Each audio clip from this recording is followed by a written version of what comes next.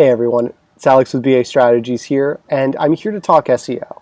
Specifically SEO for yoga teachers and fitness professionals. I'm going to be using a lot of examples from within this industry during this video, but if you're not part of this industry, don't sweat it. Most of these tips are applicable across the board. Really, the only thing you need to change is the example. So feel free to use some of these tips. Now, I'll start off by saying that SEO is both not as easy or not as complicated as you probably think it is. I think there are a ton of people that view SEO as a one-click solution. And maybe they don't think it's that simple, but they just think, oh, I need to do these 5 things on a checklist and I'm good to go forever. Or maybe you have talked to an SEO consultant or something, and they make it sound like this huge daunting task. Now, I will say SEO is an investment. Whether you're spending money on an SEO consultant or whether you are doing it yourself, it's going to be an investment of your time. There is a lot to do, but there are levels to it. It's just like any sort of marketing, right? The more you put into it, the more you're going to get out of it, okay? And sometimes you're going to put in, let's say, 5 hours of work to get 80% there. And then maybe you have to put 10 hours of work in to get 90% there. Okay, but what is that difference in 80 and 90% for your business? Those are the kind of questions you're going to have to ask yourself when you're doing a lot of this. But what I'm going to try and lay out for you today are the bare basics, right? The things that everybody should be doing, because let's face it, if you're an independent yoga teacher, or honestly, even if you're a studio, a lot of times what I see with my clients is we implement most of these things, and what happens is they start ranking better because their competition's just not doing it. That doesn't mean it's all you need to do. It doesn't mean you should stop working on your SEO, stop modifying things, but what it does mean is you may very well get a leg up on your competition by doing some of the basic things. All right, so there's a couple big overarching themes, and I would say the first one is to treat SEO, or the Google robots, which is what you're really doing SEO for. You're doing it so that the Google robots that crawl your site can gather the information to give the best result possible. First step is, I would say, treat it like a human being, okay? I'm not saying make best friends with a robot, but I think too many people are concerned with a formula of some sort, how they can answer the questions, right? Like it's a quiz from Google. Google is in the business of giving relevant search results, okay? Giving relevant search results is why Google is good at what they do. It's why they're a billion-dollar company, right? So what you're trying to accomplish is to make your site a good result when someone is searching for something. Make sure your site answers the questions that people are asking effectively. So not only do they click on your site, but they stay on your site because the words that you're coming up for are relevant for what you're trying to do. Okay? So I would say, first, treat it like a human being. Second, if you are a small business, the second thing I would be doing is I wouldn't get too bogged down in keyword research, especially to start. You're going to see a lot of stuff on keyword research, right? And it's important, don't get me wrong, but I think one of the things that stops a lot of people is they might read a how-to article. Step 1 is keyword research. And then you dive into all these tools and you feel like you just can't make heads or tails of any of it. That there's no right decision, that how do I rank for all these different terms and all these different variations, okay? If you are a yoga teacher and you're specializing in restorative yoga or Bikram yoga or Vinyasa yoga, let's start at that top level, okay? Let's start at that top level for your keyword research and not get bogged down in other variations. Think of words like hot yoga, with your city name in it, okay? If that's the style you're doing. If you're doing alignment-based vinyasa, you can be that specific. If you're doing some sort of Pilates and yoga hybrid, talk about that kind of stuff, but don't get so bogged down in making sure you find every potential keyword, at least to start, okay? Once you're building out a content map, once you're putting up a lot of blog posts, that's more something to be concerned about making sure that you're checking all the various boxes. But for now, figure out sort of the top level things. All right. So once you get into your site, okay, and I will preface all of this with your on-site SEO stuff by saying that I really, really prefer WordPress. Okay. If you've seen any of my videos on my Facebook page at BA Strategies, you're going to notice that I talk about WordPress a lot. I'm a WordPress developer. It's what I do, but I chose that path for a reason, not just because it was easy, but because it gets better results. There's data out there that shows that WordPress sites on average rank better than Squarespace or Wix sites or Weebly sites or whatever you are using as a alternative page builder. I know some people use GoDaddy's. All right, so don't always just go for necessarily what is easiest or what a friend or buddy recommended to you, because I think within any of these platforms, you're going to have the ability to design the website you want. But with WordPress, what you're going to also have is you're going to have the ability, should you ever need a developer, should you want to build something more complicated like an online studio or start selling products, whether it's just affiliate links, different things like that, generally find it easier to get everything exactly how you want it on WordPress. You're not settling for the themes and options that Squarespace or Wix gives you. You're not limited by the design constraints. And then when it comes to SEO, you're going to have more power over all the information there. You're not just relying on their tools, which are very simplistic and bare bones. Okay? So everything I talk about is going to be about WordPress. All right? That said, you can figure out how to do these things and apply these principles within a Squarespace site or a Wix site. So don't get discouraged and go, well, I don't have a WordPress site, this is completely useless. Just know, like if you are not a fitness professional, the examples might not be exactly the same, but the principles are going to be the same. So to start off, talk about alt text. What is alt text? Well, alt text is something you put in your pictures that has a couple of functions. You've probably seen, if you've ever uploaded a photo, you have the option to include alt text.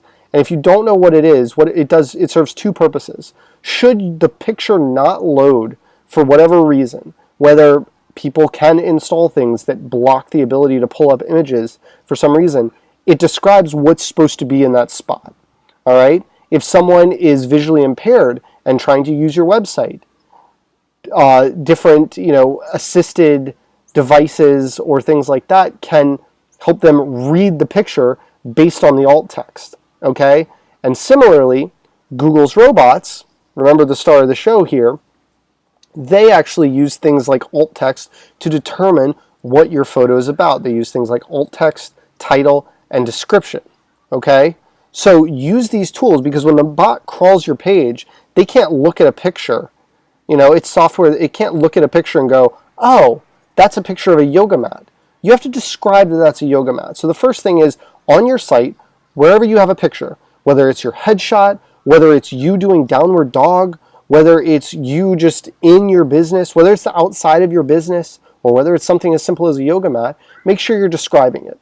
The best tip I've ever gotten for how to effectively do alt text is describe it like you're describing it to a blind person. Now, you don't have to go on for paragraphs and paragraphs, but don't be brief.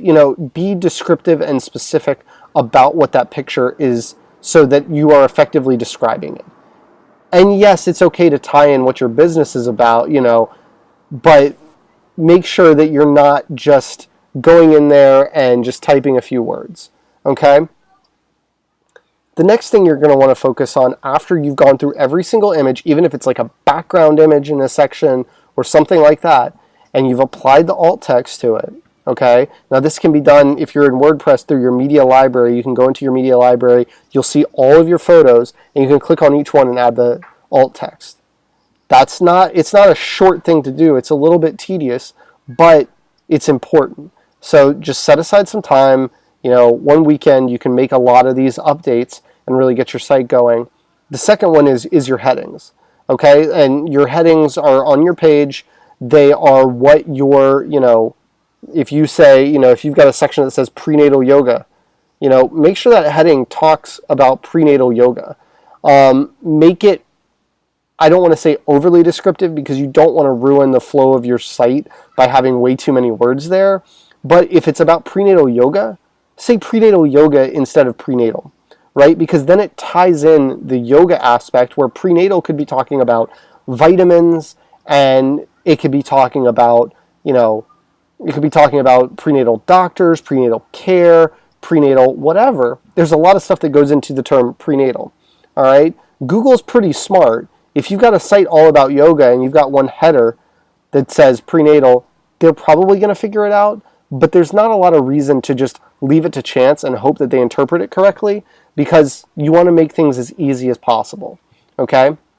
The next thing is your page titles, okay? So these are the things, if you've ever had a browser with multiple tabs open, most of us have, you'll see you'll see a little what's called a favicon, which is the image there, and then you'll see some words describing what the site's about. This is your page title.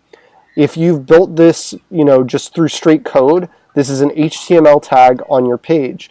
It's usually dictated by what you name the page in WordPress, in Squarespace, in Wix, whatever. But it's important, okay? So instead of just saying home or about or contact, you guys are getting it, this one word thing that you know what it means because you kind of think, oh, this is just a back end thing for me to know that this is my contact page. Say contact X name yoga or whatever your business name is, all right? Make sure that your business name, what your business does, those things, when relevant, are in the page title. So if you've got, Blissful Yoga Studio, I made that up off the top of my head. If that's the name of your yoga studio, congratulations. But if you've got Blissful Yoga Studio, your about page should say About Blissful Yoga Studio, okay? Your home page, maybe something like Blissful Yoga Home, all right? So these are some examples of just be a little more descriptive and don't do the bare minimum, because these are going to have SEO impacts, all right? Your meta descriptions are actually not something that the front end user sees, but these are important for Google for a variety of reasons. One, they describe to the Google bots that are crawling, they describe your page, right? Now, Google doesn't place a high amount of importance on this anymore in their overall algorithm, but that doesn't mean they're not important. A lot of people go, oh, meta descriptions aren't important because Google doesn't use them for their rankings. Well, guess what?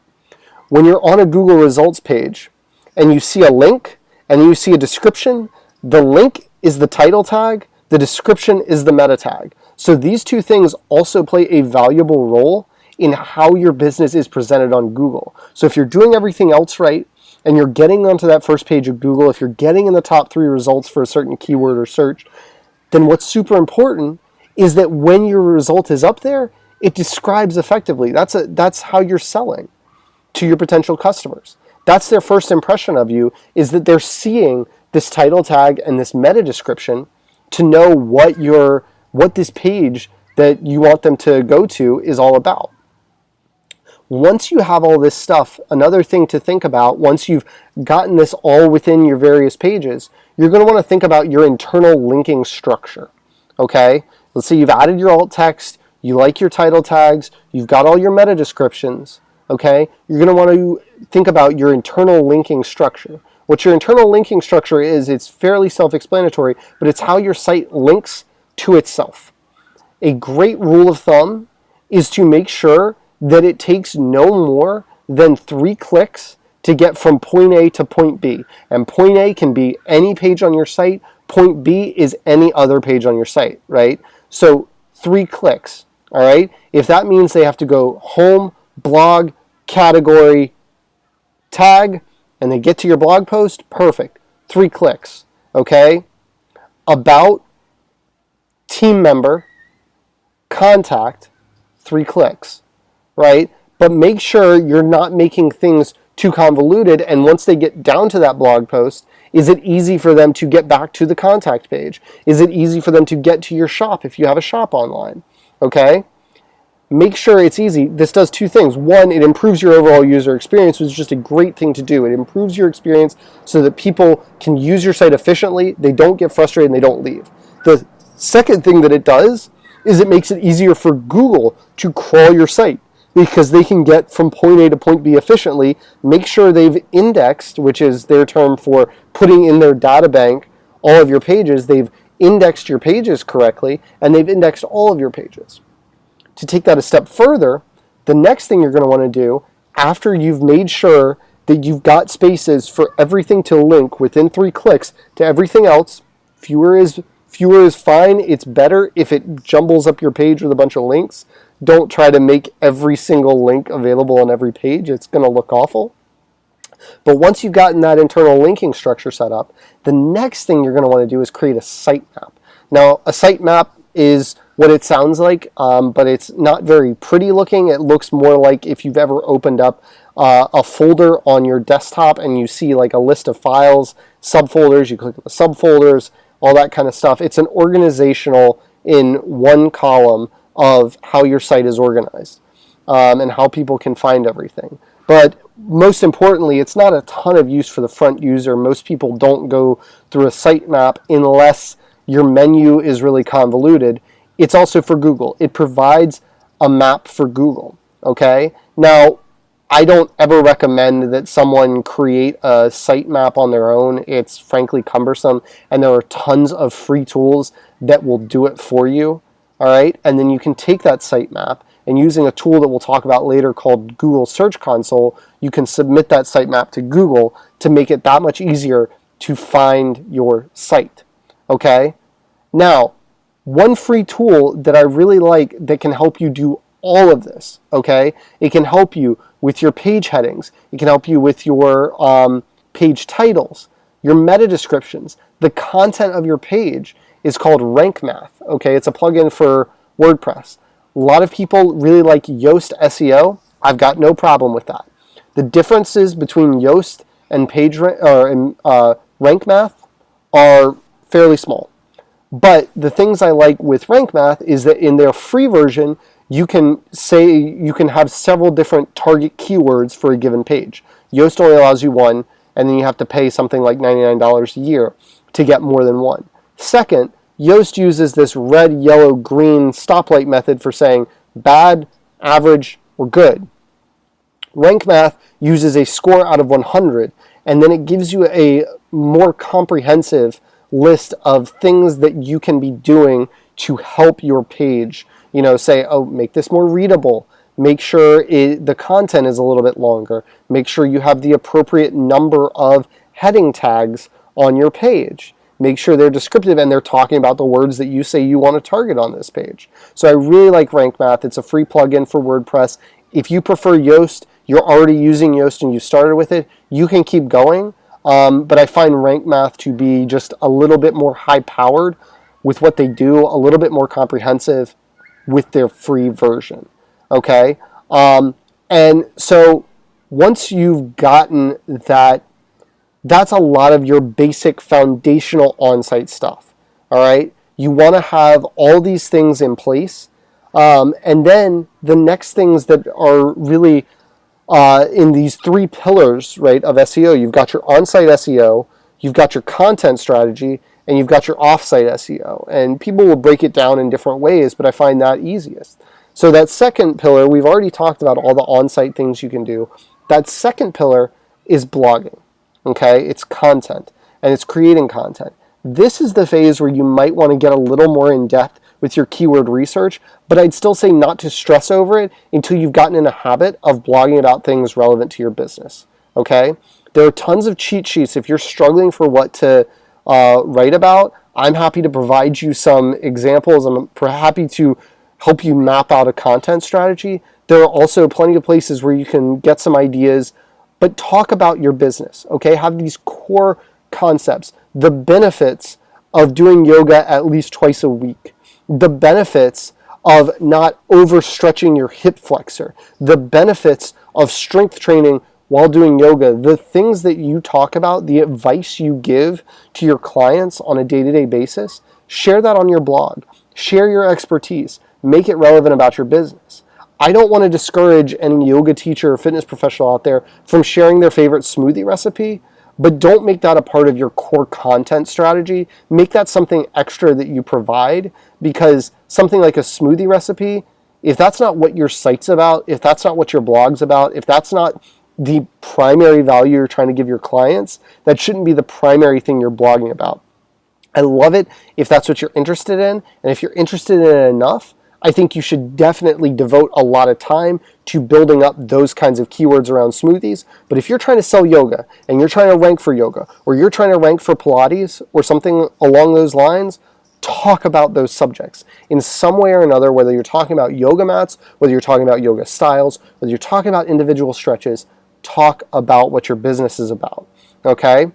Make it, you don't have to write these, Iliad, Odyssey style epics. You don't have to rewrite War and Peace, but also try to make it, a little meaty, get 500, 600 words in there, okay? Really dive into your topics with your blog posts and do it regularly. And what does regularly mean? Regularly can mean 3 times a week.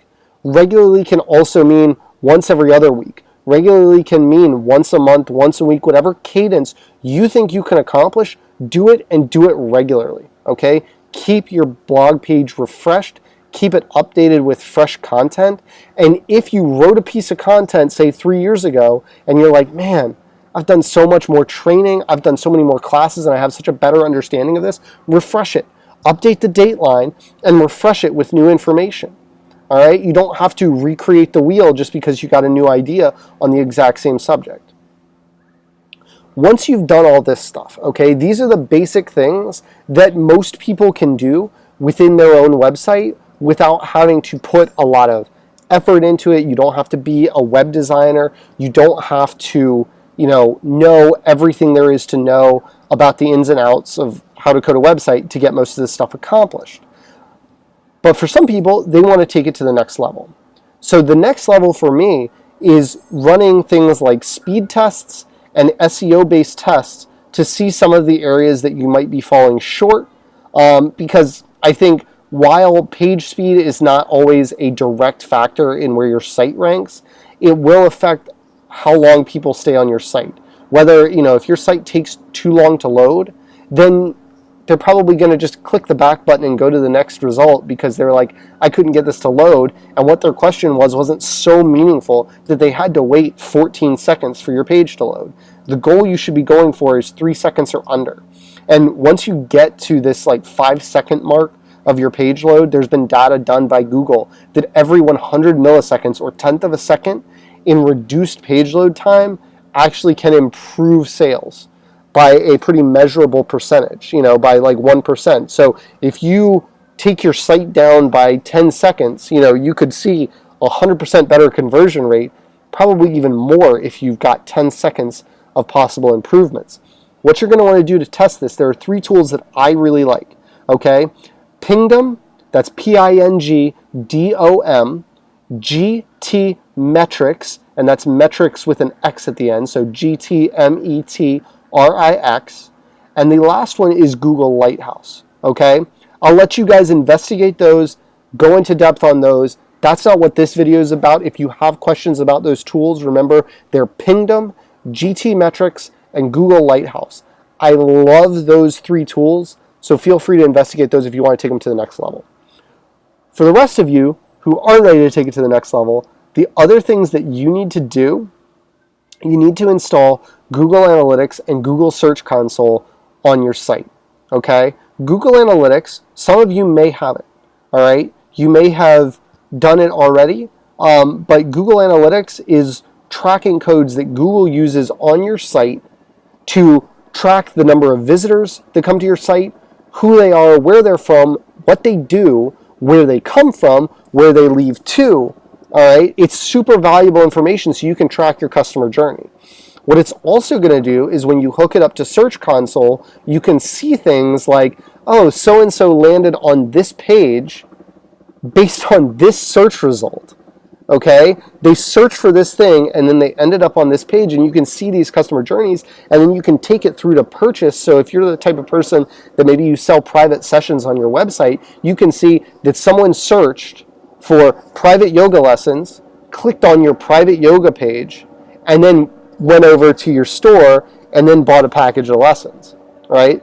What Search Console does is that's what actually links up to Google Analytics, it's another tool from Google that helps you understand how many times you popped up in search, how many clicks you got from search, and what those queries actually were.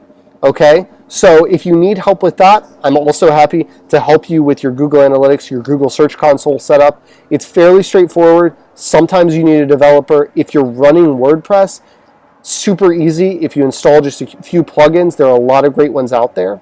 And then to take that a step further, you can install something called Google Tag Manager. And Google Tag Manager allows you to get a little more specific with what you're doing in Google Analytics and how you're tracking the various things that people are doing. And that can get super high level. So I think if you're interested in Google Tag Manager, that's something you should definitely check out. But for a baseline, everybody should be installing Google Analytics and hooking up to Google Search Console. All right? That is all the on-site stuff that I think every small business and yoga teacher and studio should be doing. But then there's off-site stuff. The first and foremost thing I think you should be doing is your Google My Business profile. What that is, if you haven't heard that used, if you're in search results and you see the map over there and you click on a business and it's got their reviews and it's got their information, it's got their hours, it's got photos, okay, that's your Google My Business profile. And you can claim that as a business owner. And if you haven't done it, take the necessary steps. You can say, there's usually a little icon there, a little link that says, are you the business owner? Claim this business. You can claim that business, and then you can post updates to it. You can manage the photos. You can dictate what the hours are. If your website is outdated because maybe you had an old website on old URL, change what your website is. If your phone number changed, your address, keep everything super current. You can also interact with people that leave you reviews, which is something that I highly recommend. People can ask questions. You can answer those questions. People leave reviews. Thank them for reviews. Show that you are active. And it's not just to say, oh, is this business still in business? It shows Google that this business cares. And the best thing you can be doing to help yourself with Google is using the tools that Google is providing to you for free to help your business. Help you help yourself, right? So post regularly to Google My Business. They can be simple things like, hey, just so you know, one, you can update things like your holiday hours. So we've got Thanksgiving coming up, okay? If you got any holiday coming up, you can say these are the hours that we're going to have special for this holiday. You can post updates like, hey, we've got a special class coming up. We've got a special workshop. We're doing this, that, or the other. Super proud of this new renovation. Think you guys should try out this new yoga mat, whatever. Similar to how you post to Facebook, Instagram, whatever social media channels you might currently be using, you can also do that on Google My Business. It shows Google that you care, and that's super important. The next thing you should be doing, obviously you should be keeping your hours current. So if you change the hours that your studio or the hours that you take private clients or whatever you're doing, if you change those hours, keep that updated. And then, add relevant photos to your business. Don't use stock photos, okay, guys? The meta information that we talked about, meta descriptions that we talked about on your page, there's also meta information on sites, or on photos, excuse me. And so on these photos, they have things like the location that the photo was taken, the device it was taken with, the size of the actual camera lens. If you're using a DSLR, like a professional camera, it'll have the things like, oh, these were the camera settings at the time. This all gets stored there. But primarily it's the location stuff. So when you're a local business and you're trying to do local SEO, which is primarily what we're talking about here, you want that location data. You don't want stock photos. You want original, genuine photos, because not only are you going to get that awesome metadata, but you're going to showcase to your customers that, you exist, you're a real person, you have personality, you can showcase that personality in a way that you can't do with stock photos, okay? And by the way, if you've had professional photos taken in your studio of you doing stuff, I'm not saying that you have to use whatever you took on your phone. I'm just saying it's better to use original images than it is to use stock photos that you paid for or you got for free, okay? The last thing you can do is actively solicit reviews. I think a ton of people might claim their Google My Business profile. They might be doing things like posting pictures, updating their hours, but they're not actively soliciting their reviews. They're like, it's there. If someone wants to review me, that's awesome. Like, I encourage people to be more proactive. It is not a big ask for someone to leave a review. And if SEO is truly something you want to get better at, having good Google reviews matters. Okay?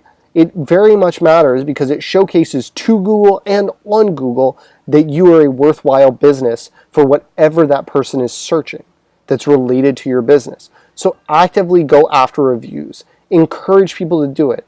I don't recommend, with a lot of my marketing clients, some people have tried stuff. They're like, oh, well, I give people a gift card for a review. I'm like, don't do that, because I don't think that that's going to necessarily be worth it, and you don't want to pay for reviews because you don't want to have the stigma that you were doing so.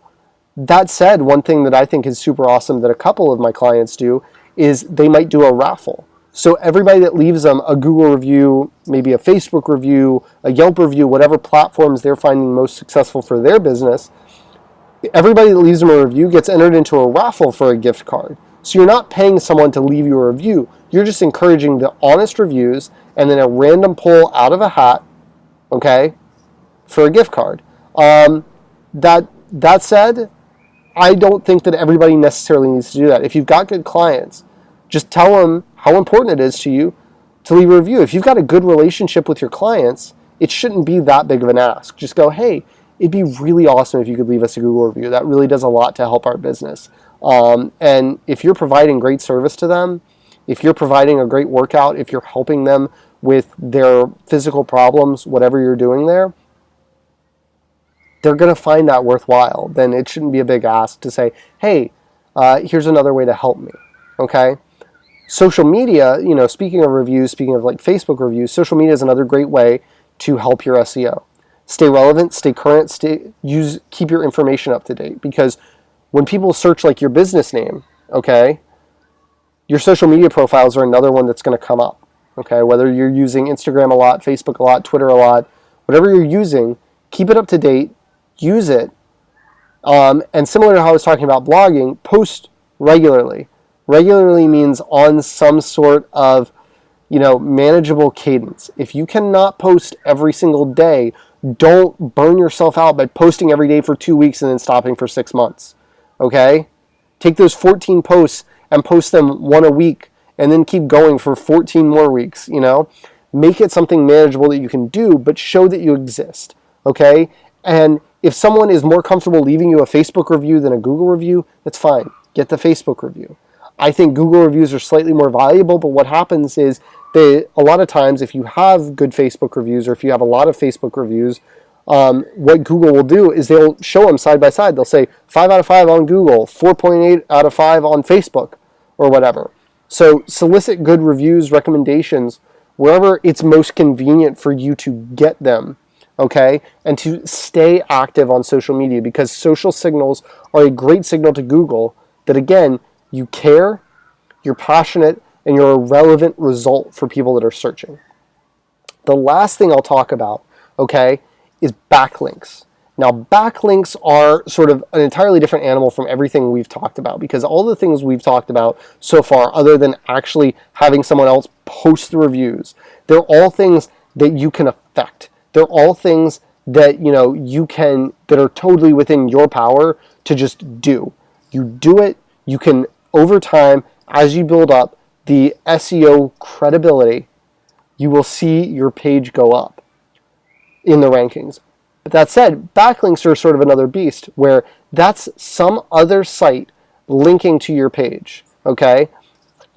An example of a backlink would be something like, having a link to your website on your Facebook page. Now, that's not really going to move the needle, because if you're not already doing that, like, Google is probably going to make that connection. It should be up there. But a prime example would be something like if you are in your local chamber of commerce and you have a profile there and you have your website listed and it's not linked. See what you could do to make sure that there's actually a hyperlink there from something like that or a professional organization you're in. If you're on if you're on the Yoga Alliance site, make sure your website's there so it links back.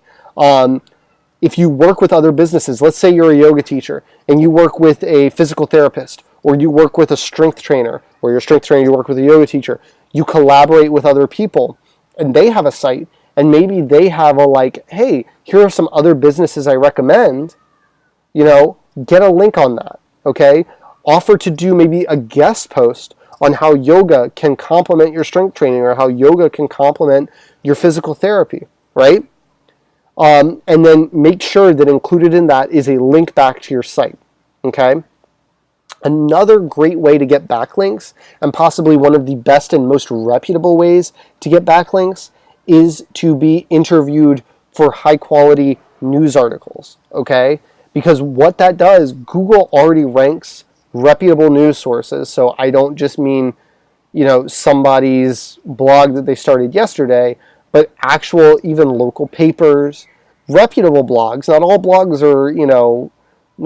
are invaluable. There are plenty of blogs that have great reputations, but get interviewed by people, okay? If you get interviewed for something like a podcast and they're doing show notes on their website, ask them to put a backlink in there, okay? Because what happens is these reputable sites, what it does is they're reputable, okay?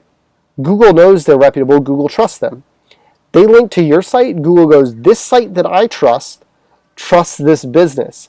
Therefore, I trust this business, okay? And the more backlinks you can accrue from reputable sources, the more Google's going to go, wow, this is like somebody, you have a potential client who's interested in your business. They have one friend tell them they should really go to your studio. 2 friends, 10 friends, 20 friends, 100 friends. You get the point, right? It's recommendations to Google. It's saying, hey, Google, we really think this site's valuable.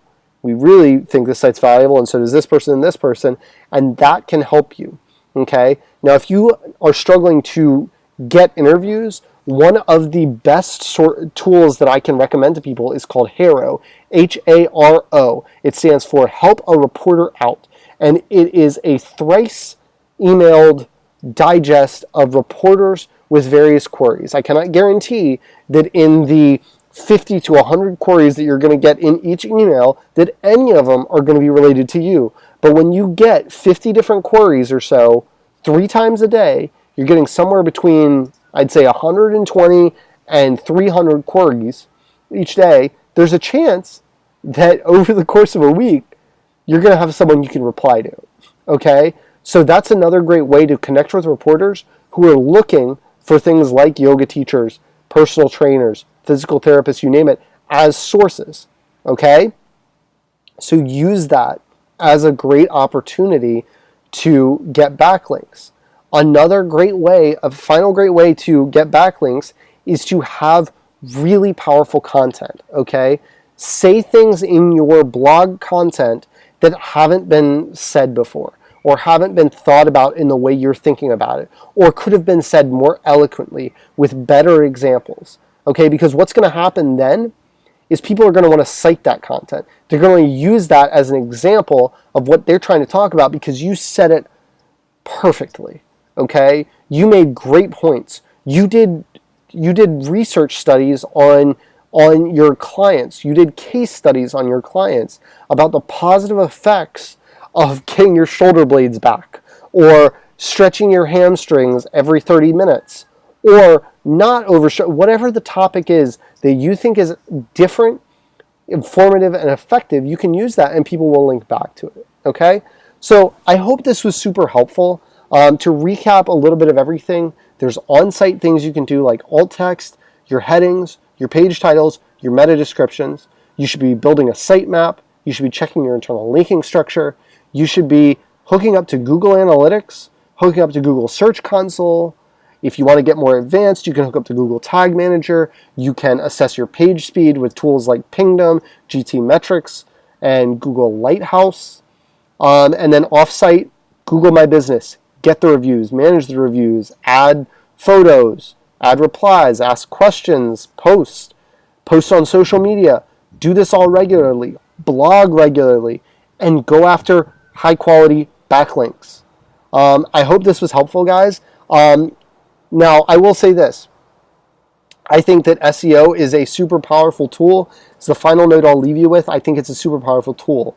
I don't tend to be the type of person that does standalone SEO services for my businesses, for my customers.